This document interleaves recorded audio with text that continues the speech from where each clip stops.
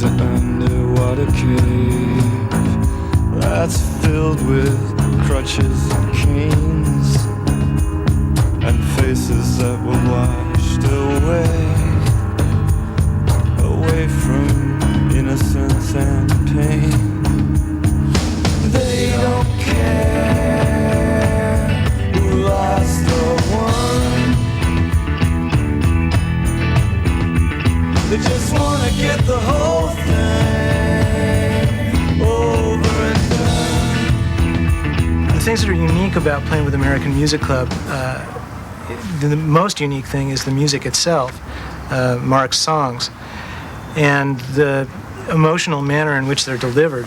There have been nights where I've been in tears because of the drama and the beauty while we're playing, and that's a rarity. I haven't experienced that in very many other playing situations. I just called you up to see if you wanted to go out and drink a little wine and waste some time on a roller coaster ride.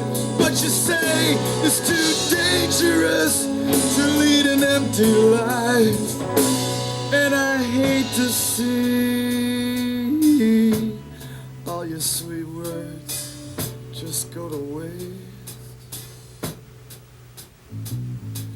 But honey, they're a little weak.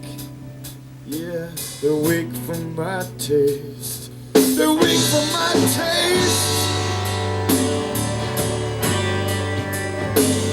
They're weak for my taste. Yeah, they're weak for my taste. They're weak for my taste. The hard thing about writing songs is that some of the best songs happen by accident. If you work on a song, you'll find that it just sounds worked on. Every song you write has to sound free-flowing and natural. The trouble is sometimes those songs which come naturally, they happen for reasons that are beyond your control, and that can be annoying when you're constantly trying to write songs.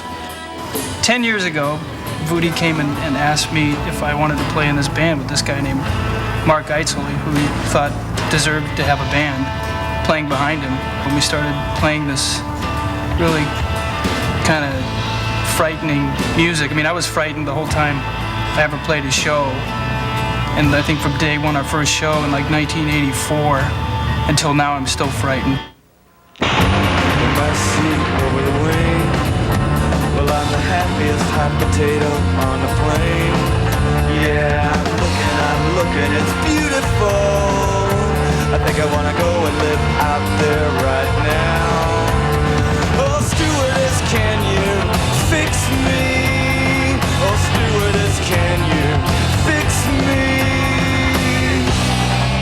Some mercury.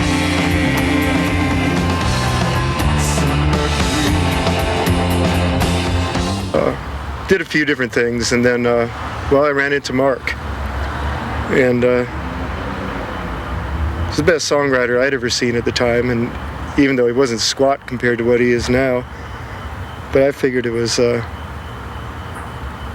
scene for me. So I told him I thought he was really good, and he said fuck you and walked away. And about 6 months later he called me up and said let's start a band.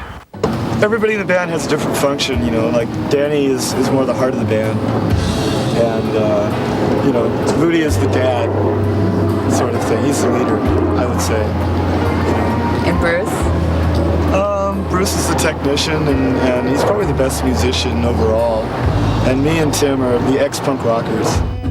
What I'm trying to do is kind of add an element of rhythm that has never really been there before. Because, like, technically I'm not a very good drummer, but feel-wise, I can do it. The structure of the music that we play is really different than a lot of other pop music, and it turns a lot of people off, and I think it turns a lot of people on as well. It's really modal. It's it's a trip being inside the music because there's so many notes swirling around all at the same time that you really have to. It's more of like pushing large objects around than it is like doing surgery or anything like that. It's not terribly precise all the time. It's usually this sort of hulking mass that's sort of careening out of control. It's a lot of fun. It's also kind of terrifying sometimes as well. I could warm to any touch. So how did you get so cold? At first it didn't mean very much. Now you rule my life. I watch a house of cards take a deep breath. I watch it breathe word for word. The new album, Mercury, that we're just finishing with Mitchell Froom is probably the best one we've ever done. We've gotten into Smokey Robinson and Marvin Gaye, so we're sort of listening to that kind of music a lot more than we are country western.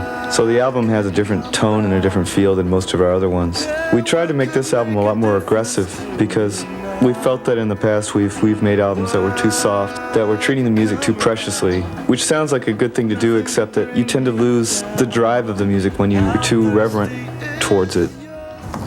Music just needs to have an edge to it, you know. Not this overproduced, sheeny stuff. It's what I like about music. It's what I like about this band, you know, is that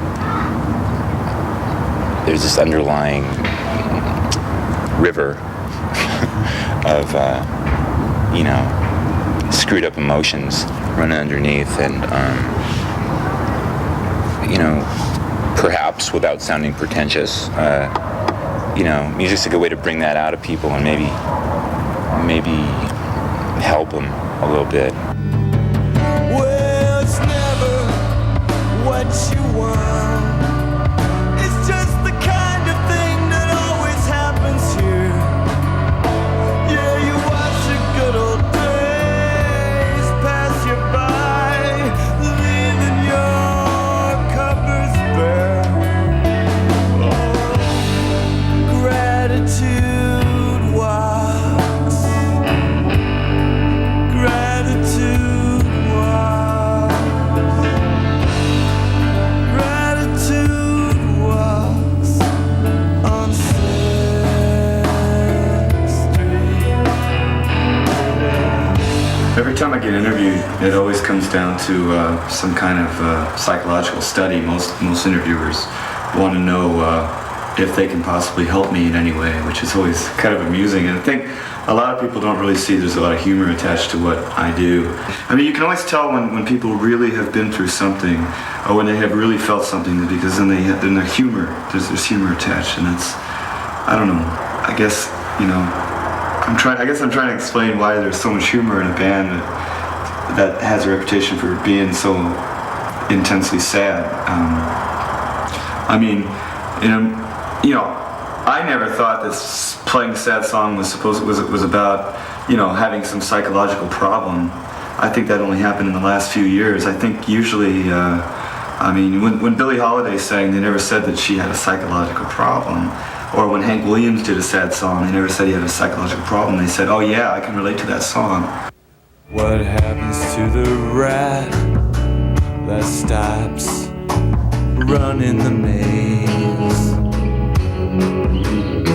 The doctors think it's dumb when it's just disappointed.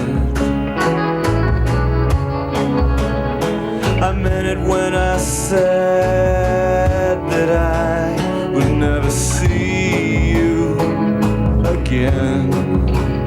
But no matter how dumb I get, there's one thing I'll always do. What we're trying to do is really approach music and approach our audience in a way that's as intense as it can be, as honest as it can be, and not trying to really pull the wool over anybody's eyes. I mean, the music it's always, you know, tended towards folk roots. Even the first album, we played dulcimer, we played mandolin. There's lots of acoustic guitars. There's a complete acoustic number on that. And that came out in 1985, and here it is almost 1993. We've still got all the acoustic instruments. We've got the country western influence, we've got the pedal steel. Well, I've been a mess since you've been gone. Because we've been together for so long, we've actually grown kind of close, and I sort of view the band as kind of an extended family. We sure work together well. We all know each other's weaknesses, and after 10 years, there's really never been any huge, serious disagreements. We're all equally as ambitious, and we're all equally committed to making our music, so it works out really well.